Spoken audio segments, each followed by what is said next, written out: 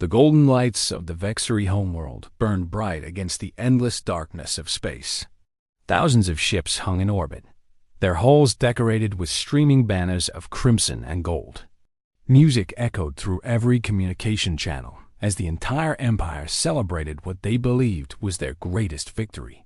Emperor Zalf stood on the observation deck of his flagship, the Eternal Dominion, watching his people dance and sing in the streets of the cities below. His 4 eyes gleamed with satisfaction as he raised a crystal glass filled with ancient wine. For 3,000 years, the Vexery had conquered every species they encountered. They had burned worlds and enslaved billions. Their military was the strongest in the known galaxy, and their technology was centuries ahead of any other civilization. When they discovered the small blue planet called Earth, they expected another easy conquest. The humans were primitive by their standards. They had only recently discovered faster-than-light travel. Their weapons were outdated. Their ships were slow and poorly armored.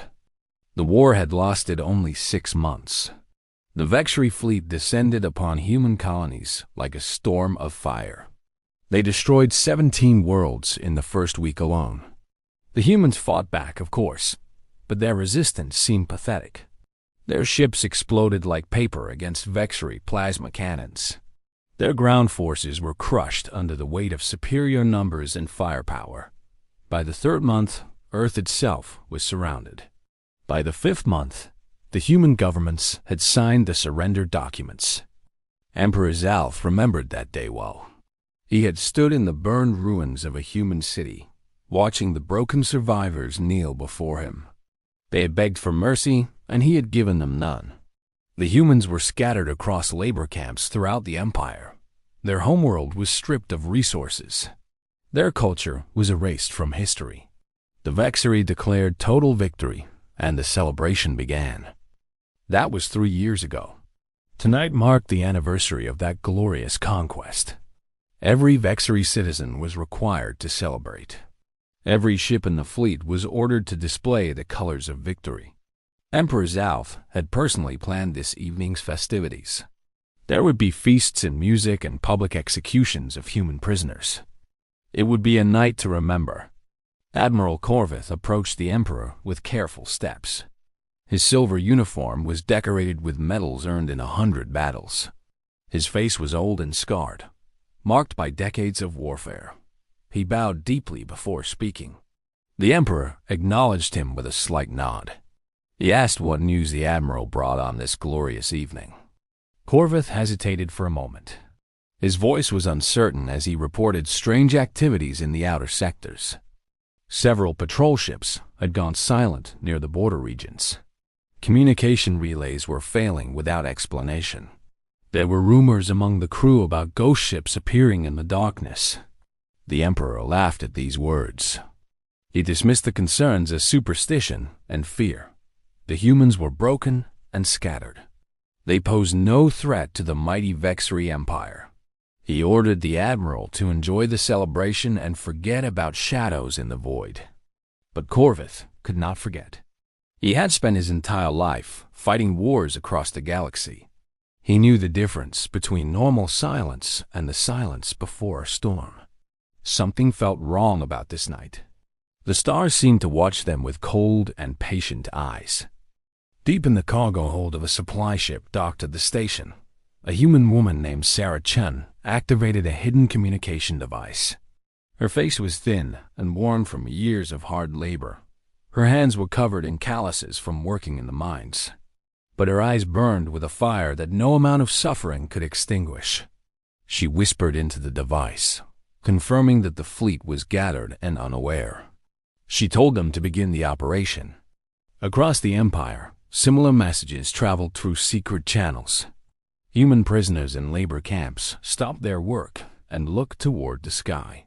Slaves in Vexery households hid small smiles behind lowered heads. For 3 years, they had waited and watched and planned. For 3 years, they had built a network that stretched across every conquered world. Tonight, that network would finally awaken. The first explosion came from the orbital station above the Vexery homeworld. A cargo container that had passed every security check suddenly erupted in flames. The blast tore through 3 decks and killed 200 crew members. Alarms screamed through the station as emergency teams rushed to contain the damage. Emperor Zalth watched the fire bloom against the darkness. His celebration wine slipped from his fingers and shattered on the floor. He demanded answers, screaming at his officers to explain what had happened. Before anyone could respond, more explosions rippled across the fleet. Ships that had been docked for maintenance burst apart from the inside. Fuel lines that had been secretly tampered with ignited in catastrophic chain reactions. The golden lights of celebration were replaced by the orange glow of burning metal. Admiral Corvith ran to the command center, his old legs moving faster than they had in years. The screens showed chaos spreading across every sector. Reports flooded in from distant worlds. Supply depots were exploding. Communication hubs were going dark. Military bases were reporting mass uprisings among their human slave populations. The Admiral realized the truth with a sickening feeling in his stomach. The humans had not surrendered. They had simply changed their strategy. While the Vexeries celebrated their victory, the humans had been infiltrating every system of the Empire. They had become the workers who maintained the ships. They had become the servants who prepared the food. They had become the silent presence that the Vexerie learned to ignore. And now they were everywhere. Sarah Chun climbed through a maintenance tunnel toward the engine room of the supply ship. She was not alone. Dozens of other humans moved through the shadows, each carrying improvised weapons made from stolen tools. They had spent months mapping every corridor and memorizing every patrol route. They knew this ship better than its own crew. The guards never saw them coming. One moment the corridors were empty. The next moment, they were filled with silent figures who struck without mercy. The humans fought with a fury born from years of humiliation and loss. They fought for every friend who had died in the labor camps. They fought for every child who had been taken from their parents. They fought because they had nothing left to lose. Similar scenes played out across the entire empire. Human slaves turned on their masters with whatever weapons they could find. Kitchen knives became instruments of vengeance. Mining equipment became tools of war. Even bare hands proved deadly when driven by absolute determination. Emperor Zalf watched his empire crumble in a single night. The reports grew worse with every passing hour. The fuel refineries on Vexerie Prime were burning. The weapons factories on the moon had been seized by human workers. 3 capital ships had been captured by their own maintenance crews. The communications network was in complete chaos. The Emperor screamed for his fleet to respond, to crush this rebellion like they had crushed so many others. But his fleet was scattered and confused. The carefully planned celebration had left them vulnerable. Ships that should have been ready for battle were instead decorated with useless banners. Officers who should have been at their posts were instead drunk on victory wine. Admiral Corvith finally understood the depth of human cunning. They had used the celebration itself as a weapon. They had waited for the exact moment when the Vexerie would be most distracted and most exposed. Every detail of this attack had been planned for years. Every contingency had been considered. The humans had turned patience into a weapon more dangerous than any plasma cannon. A new signal appeared on the communication screens. It was broadcasting on every channel, overriding all other transmissions. A human face appeared, old and weathered but filled with quiet strength. He introduced himself as Commander David Okonkwo of the Human Resistance. He spoke directly to the Vexerie Empire and to all species who watched from distant worlds. His words were simple but powerful. He said that for 3 years, the humans had allowed the Vexerie to believe they had won. For 3 years, they had worked as slaves while secretly building an army that existed in every corner of the empire. They had learned to be invisible. They had learned to be patient.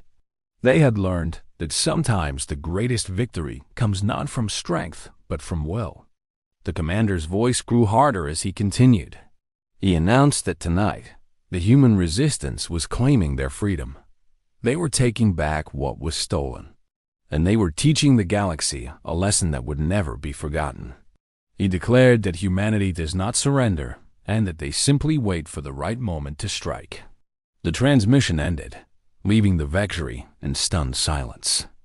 Emperor Zalf felt something he had never experienced before. It was cold and heavy in his chest, spreading through his body like poison. It took him a moment to recognize the feeling. It was fear. True, primal fear of an enemy he had completely underestimated. The battle continued through the night and into the following days. The human uprising spread faster than anyone could have predicted. Slaves who had been beaten and broken for years suddenly fought with incredible coordination. They communicated through coded signals that the Vexury could not intercept. They moved through maintenance tunnels and service corridors that the Vexury had never bothered to guard. Ship after ship fell to internal attack. Station after station was captured or destroyed. The mighty Vexury fleet that had conquered 1,000 worlds was being torn apart from within. Admiral Corvith made one final attempt to rally his forces. He gathered every ship that could still fly and prepared for a desperate counterattack. But as he looked at his remaining fleet, he saw the truth reflected in the tired eyes of his crew. They were not facing an army. They were facing an idea. An idea that could not be killed with weapons or crushed with force. The humans had shown the galaxy that no empire was truly safe. No conquest was truly complete. As long as a single prisoner remembered freedom, the seeds of rebellion would survive. The Vexury had celebrated their empire while building the instruments of their own destruction. Sarah Chun stood on the bridge of a captured warship, watching the fires burn across the Vexury homeworld. She thought about everyone she had lost during the occupation. She thought about the long years of planning and sacrifice. She thought about all the humans who had died believing that this day would come. Commander Okonkwo joined her at the observation window. His face was exhausted but peaceful. He said that they had not yet won. The war would continue for months, perhaps years. Many more would die before it ended. But tonight, they had proven something important. They had proven that humanity could not be conquered. They could be beaten, scattered, and enslaved, but they would always find a way to fight back. The Vexury Empire, which had stood for 3,000 years, began its long fall on the same night it celebrated its greatest victory.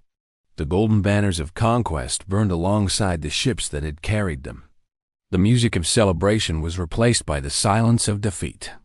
And across the galaxy, other species watched and learned. They saw what happened to those who underestimated humanity. They saw the price of arrogance and the power of patient vengeance. Some felt fear at what the humans had accomplished. Others felt hope that tyranny could be overthrown. Emperor Zalf died alone in his throne room, surrounded by the ashes of his dreams. His final thought was a bitter recognition of his own foolishness. He had believed that victory meant the end of resistance. He had not understood that for humans, defeat was only the beginning of a new kind of war. The stars continued to burn in the endless darkness, indifferent to the rise and fall of empires. But somewhere among them, humanity had proven that even the smallest spark could ignite a fire that would consume worlds. They had shown that the will to be free was stronger than any weapon, and that those who celebrated too soon often lived just long enough to witness their own destruction.